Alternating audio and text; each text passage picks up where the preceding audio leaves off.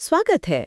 Parenting का सफर कई छोटे छोटे पलों से बनता है, लेकिन कुछ पड़ाव ऐसे होते हैं जो खुशी के साथ साथ ढेर सारी चिंताएं भी लेकर आते हैं। हाँ, और शायद उनमें सबसे बड़ा है बच्चे को पहले साल में खिलाना। बिल्कुल, ये एक ऐसा विषय है जिस पर जानकारी की कोई कमी नहीं है। हेल्थ वेबसाइट्स, डॉक्टरों के दिशा निर्देश, लैक्टेशन कंसल्टेंट्स की सलाह। और कभी-कभी तो इतनी सारी जानकारी और ज्यादा उलझा देती है ना। सही कहा। इसीलिए आज हमारी कोशिश है कि इस जानकारी के ढेर में से सबसे जरूरी बातें निकालकर एक साफ तस्वीर पेश की जाए। पहले दूध से लेकर पहले ठोस निवाले तक का ये सफर कैसा होता है। चलिए इस पर गहराई से बात करते हैं। तो कहाँ से शुरू करें? शुरू से शुरू करते हैं। सबसे पहला और शायद सबसे बड़ा सवाल जो हर नए माता पिता के मन में होता है, एक नवजात शिशु को कितना और कितनी बार खाना चाहिए। मुझे एक बात हमेशा हैरान करती है जो मैंने इन स्रोतों में पढ़ी कि जन्म के समय बच्चे का पेट सिर्फ एक चेरी जितना बड़ा होता है। ये सोचना भी कमाल है ना। एक चेरी जिसमें मुश्किल से 5 से 7 मिलीलीटर दूध ही आ सकता है। सिर्फ 5 से 7 ml। हाँ, और यही वजह है कि शुरुआती दिनों में बार बार और थोड़ी थोड़ी मात्रा में दूध पिलाना इतना जरूरी होता है।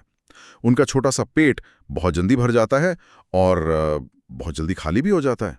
तो बार बार का मतलब असल में कितनी बार? क्योंकि ये किसी भी नए माता पिता के लिए एक शौक हो सकता है। हाँ, ये पूरी तरह से 24/7 की ड्यूटी है। जो बच्चे स्तनपान करते हैं वो शुरुआती हफ्तों में दिन में 8 से 12 बार दूध पीते हैं। 8 से 12 बार मतलब लगभग हर 2 से 4 घंटे में। बिल्कुल।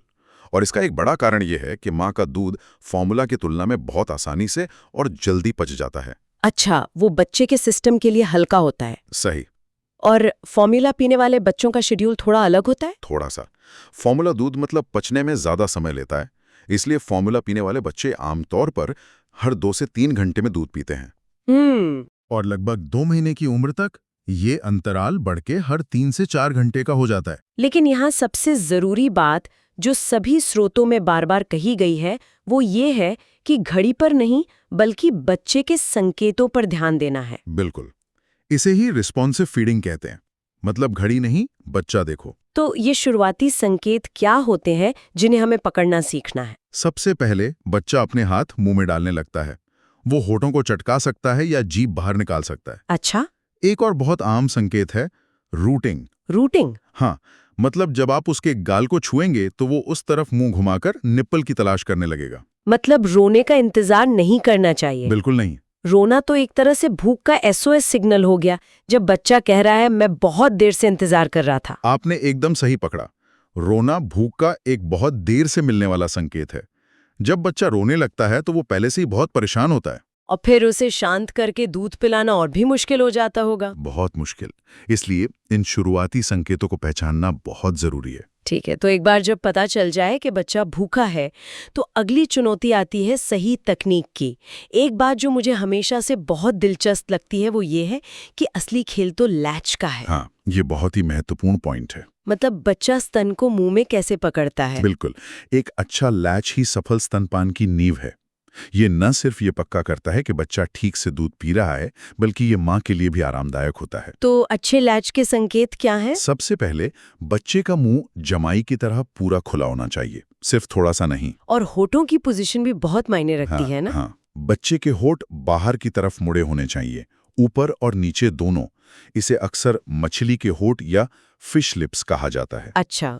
और दूध पीते समय बच्चे के गाल गोल और भरे हुए दिखने चाहिए, अंदर की तरफ पिचके हुए नहीं। अगर गाल पिचक रहे हैं तो इसका मतलब है कि वो सिर्फ चूस रहा है, दूध ठीक से नहीं पी रहा। सही। और अगर लैच सही नहीं है तो इसके क्या संकेत होते हैं? क्योंकि मुझे लगता है कई माँ ये मानकर चलती हैं कि शुरुआती दिनों में दर्द होना नॉर्मल है। ये एक बहुत बड़ी गलतफहमी है। दूध पिलाना थोड़ा असहज हो सकता है, लेकिन दर्दनाक नहीं होना चाहिए। तो दर्द होना एक रेड फ्लैग है। बिल्कुल। अगर माँ को दूध पिलाने के दौरान चुभन या तेज दर्द महसूस हो रहा है तो ये खराब लाच का सबसे बड़ा संकेत है। और कोई संकेत? हाँ, अगर दूध पीते समय क्लिक या पॉप जैसी आवाज आ रही है तो ये भी एक संकेत है कि लाच ठीक नहीं है। एक और बात जो हमारे स्रोतों में बताई गई है वो है दूध पिलाने के बाद निप्पल का आकार देखना। हाँ, ये एक बहुत अच्छा तरीका है जांचने का। दूध पिलाने के बाद निप्पल गोल ही रहना चाहिए। अगर उसका आकार चपटा हो गया है या किसी लिपस्टिक की नोक जैसा दिखता है तो ये भी खराब लैश की निशानी है। इसका मतलब है कि बच्चा निप्पल को चबा रहा है, हाँ, उसे ठीक से मुंह में नहीं ले रहा। सुनने वाले संकेतों के बारे में भी कुछ बताया गया है जो मुझे बहुत दिलचस्प लगा। हाँ, और ये बहुत महत्वपूर्ण है। अक्सर माता पिता सिर्फ चूसने की आवाज सुनते हैं और उन्हें लगता है कि सब ठीक है। लेकिन सिर्फ चूसने की आवाज धोखा दे सकती है। बिल्कुल, आपको दूध निगलने की धीमी गहरी आवाज पर ध्यान देना होगा। एक हल्का क क्या जैसा साउंड। इससे पता चलता है कि बच्चा सच में दूध पी रहा है, न कि सिर्फ आराम के लिए चूस रहा है। ठीक है, तो जब हम दूध की मात्रा को आउंस में नहीं देख सकते, खासकर स्तनपान के मामले में, तो हम कैसे जाने कि बच्चे का पेट भर रहा है? ये एक ऐसी चिंता है जो लगभग हर नए माता पिता को होती है। ये सबसे बड़ा डर होता है ना? हाँ, और इसका जवाब बच्चे के आउटपुट और व्यवहार में छुपा है। और सबसे व्यवहारिक तरीका, जैसा कि हमारे स्रोतों में बताया गया है, वो है डायपर की गिनती। डायपर की गिनती। आप इसे डायपर रिपोर्ट कार्ड भी कह सकते हैं। डायपर रिपोर्ट कार्ड, ये तो दिलचस्प लग रहा है। ये रिपोर्ट कार्ड कैसे काम करता है? तो असल में डायपर बच्चे का रोज का हेल्थ रिपोर्ट कार्ड है। पहले कुछ दिन रिपोर्ट थोड़ी कमजोर होती है। अच्छा, जैसे पहले दिन बच्चे को कम से कम एक गीला डायपर और एक मल वाला डायपर करना चाहिए। ये पहला मल काला और तारकोल जैसा चिपचिपा होता है, जिसे मेकोनियम कहते हैं। ठीक है, मतलब पहले दिन ज्यादा उम्मीद नहीं करनी चाहिए। और उसके बाद? दूसरे दिन तक ये बढ़कर 2 गीले डायपर और 3 मल वाले डायपर हो जाने चाहिए। ठीक है। लेकिन 5वां दिन एक अहम पड़ाव है। उस दिन और उसके बाद हमें एक A+ रिपोर्ट चाहिए। A+ report? हाँ, जिसमें हर 24 घंटे में कम से कम 6 या उससे ज्यादा भारी गीले डायपर हों और साथ ही 3 से 4 पीले दानेदार मल वाले डायपर भी। ये सबसे पक्का सबूत है कि अंदर सब ठीक चल रहा है। और अगर रिपोर्ट A+ नहीं है तो? खतरे के संकेत क्या हैं? अगर 5 दिन के बाद भी पेशाब गाढ़ा पीला है या उसमें लाल भूरे कण, जिन्हें यूरेट क्रिस्टल कहते हैं, दिखें तो ये डिहाइड्रेशन का संकेत हो सकता है और तुरंत डॉक्टर से संपर्क करना जरूरी है।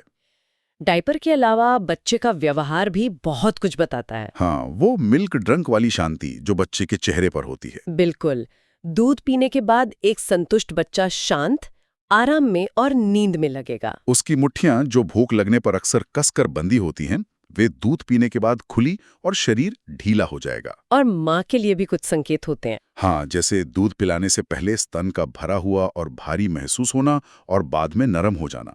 तो डायपर रोज की रिपोर्ट हो गई, लेकिन असली परीक्षा तो वजन बढ़ने की है। हाँ, डायपर की गिनती रोज की रिपोर्ट की तरह है, लेकिन बच्चे के विकास का सबसे पक्का सबूत उसका वजन बढ़ना है। यहीं पर हमें असल तस्वीर दिखती है। लेकिन मैंने सुना है और कई माता पिता इस बात से घबरा जाते हैं कि जन्म के बाद बच्चों का वजन थोड़ा कम होता है। हाँ, और ये जानना बहुत जरूरी है कि ये बिल्कुल सामान्य है। अच्छा। जन्म के बाद शरीर से अतिरिक्त तरल पदार्थ निकलने की वजह से पहले कुछ दिनों में 5 से 7% वजन कम होना सामान्य माना जाता है। लेकिन अगर इससे ज्यादा हो तो? अगर वजन 10% से ज्यादा कम हो तो ये एक चिंता का विषय है और फीडिंग का मूल्यांकन करने की जरूरत होती है। तो वजन वापस कब तक बढ़ना शुरू हो जाना चाहिए? नियम ये है कि बच्चे को 10 से 14 दिनों के अंदर अपने जन्म के वजन पर वापस आ जाना चाहिए। इसके बाद वजन बढ़ने की एक अनुमानित गति होती है। अच्छा, तो एक बार जब बच्चा अपने जन्म के वजन पर वापस आ जाता है, तो हमें किस तरह की ग्रोथ की उम्मीद करनी चाहिए? पहले 4 महीनों में हर हफ्ते लगभग 155 से 240 ग्राम वजन बढ़ना एक अच्छा संकेत है। वाह, मतलब पहले कुछ महीने तो सुपर स्पीड वाला दौर है। बिल्कुल, इसी समय सबसे तेजी से विकास होता है।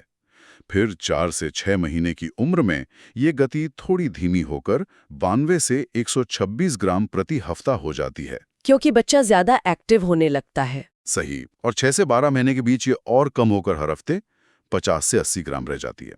तो एक आसान सा नियम याद रख सकते हैं, 4 महीने तक वजन दुगना और साल भर में तिगुना। हाँ, ये बहुत अच्छे पड़ाव हैं। अगर जन्म का वजन 3 से 4 महीने तक दुगना और 1 साल की उम्र तक तिगुना हो जाता है, तो ये बच्चे के सही विकास का एक बहुत मजबूत संकेत है। हर सफर में कुछ ऊबड़-खाबड़ रास्ते भी आते हैं, सब कुछ हमेशा प्लान के मुताबिक नहीं होता। तो चलिए उन आम मुश्किलों की बात करते हैं जो इस सफर में आ सकती हैं। हाँ, ये जानना बहुत जरूरी है कि कब चिंता करनी है और कब मदद लेनी है। तो क्या है वो आम समस्याएं? कुछ आम समस्याएं हैं जिनका सामना कई माओं को करना पड़ता है। जैसा हमने पहले बात की निप्पल में दर्द, जो आमतौर पर खराब लैच का ही नतीजा होता है। एक और समस्या है स्तनों में सूजन या इंगॉर्जमेंट। जब दूध की सप्लाई बढ़ने पर स्तन बहुत ज्यादा भर जाते हैं और कठोर और दर्दनाक हो जाते हैं। मैंने ब्लॉक्ड डक्ट और मेस्टाइटिस के बारे में भी सुना है, जो काफी गंभीर लगता है। हाँ, ब्लॉक्ड डक्ट में दूध की किसी नली में रुकावट से एक दर्दनाक गांठ बन सकती है। अगर इसका इलाज ना हो तो ये मैस्टाइटिस में बदल सकता है। और मैस्टाइटिस में क्या होता है? उसमें स्तन में दर्द और सूजन के साथ साथ फ्लू जैसे लक्षण, जैसे बुखार और ठंड लगना भी शामिल होते हैं। इसमें तुरंत मेडिकल मदद की जरूरत होती है। और ये तो माँ की समस्याएं हुई। बच्चे में कौन से खतरे के संकेत हैं जिन पर ध्यान देना चाहिए? ये वो संकेत हैं जिन्हें बिल्कुल भी नजरअंदाज नहीं करना चाहिए।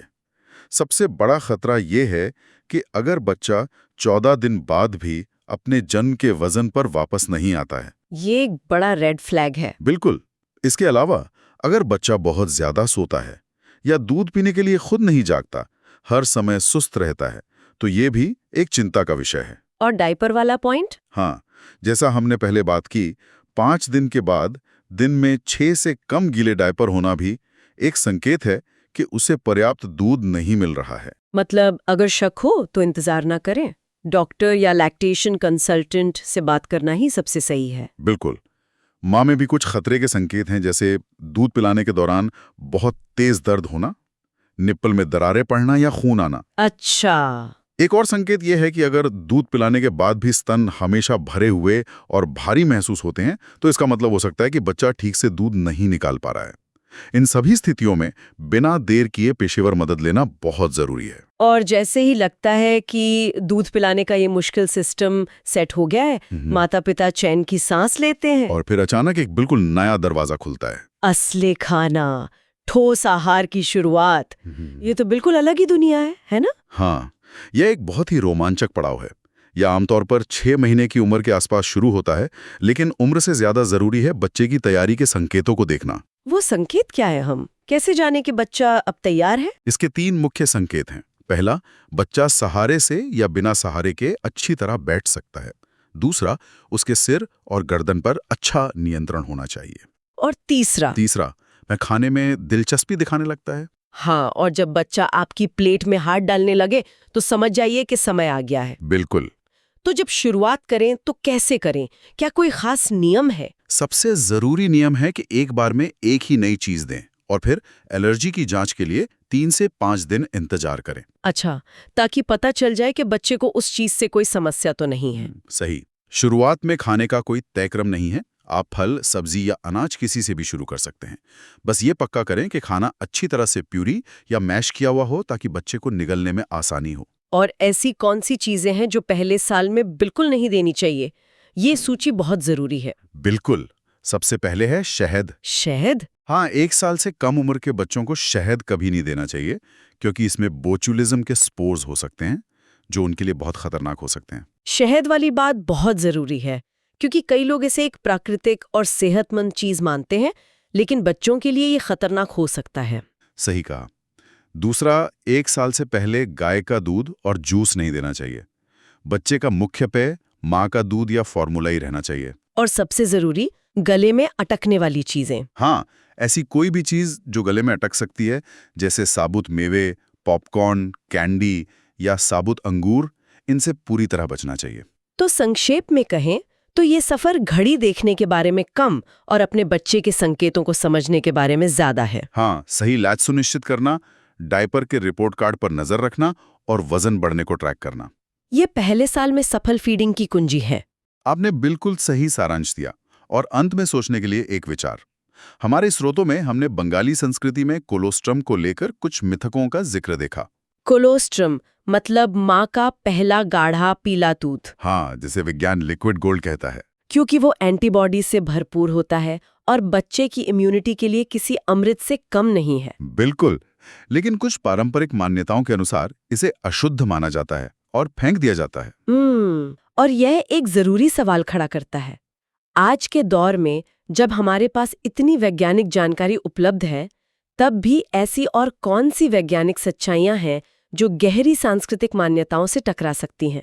और इससे भी महत्वपूर्ण सवाल ये है कि नए माता-पिता अपने परिवार और बड़ों के साथ इन संवेदनशील विषयों पर सम्मानपूर्वक लेकिन दृढ़ता से कैसे बात कर सकते हैं, ताकि वे अपने बच्चे के लिए विज्ञान पर आधारित सर्वोत्तम निर्णय ले सकें।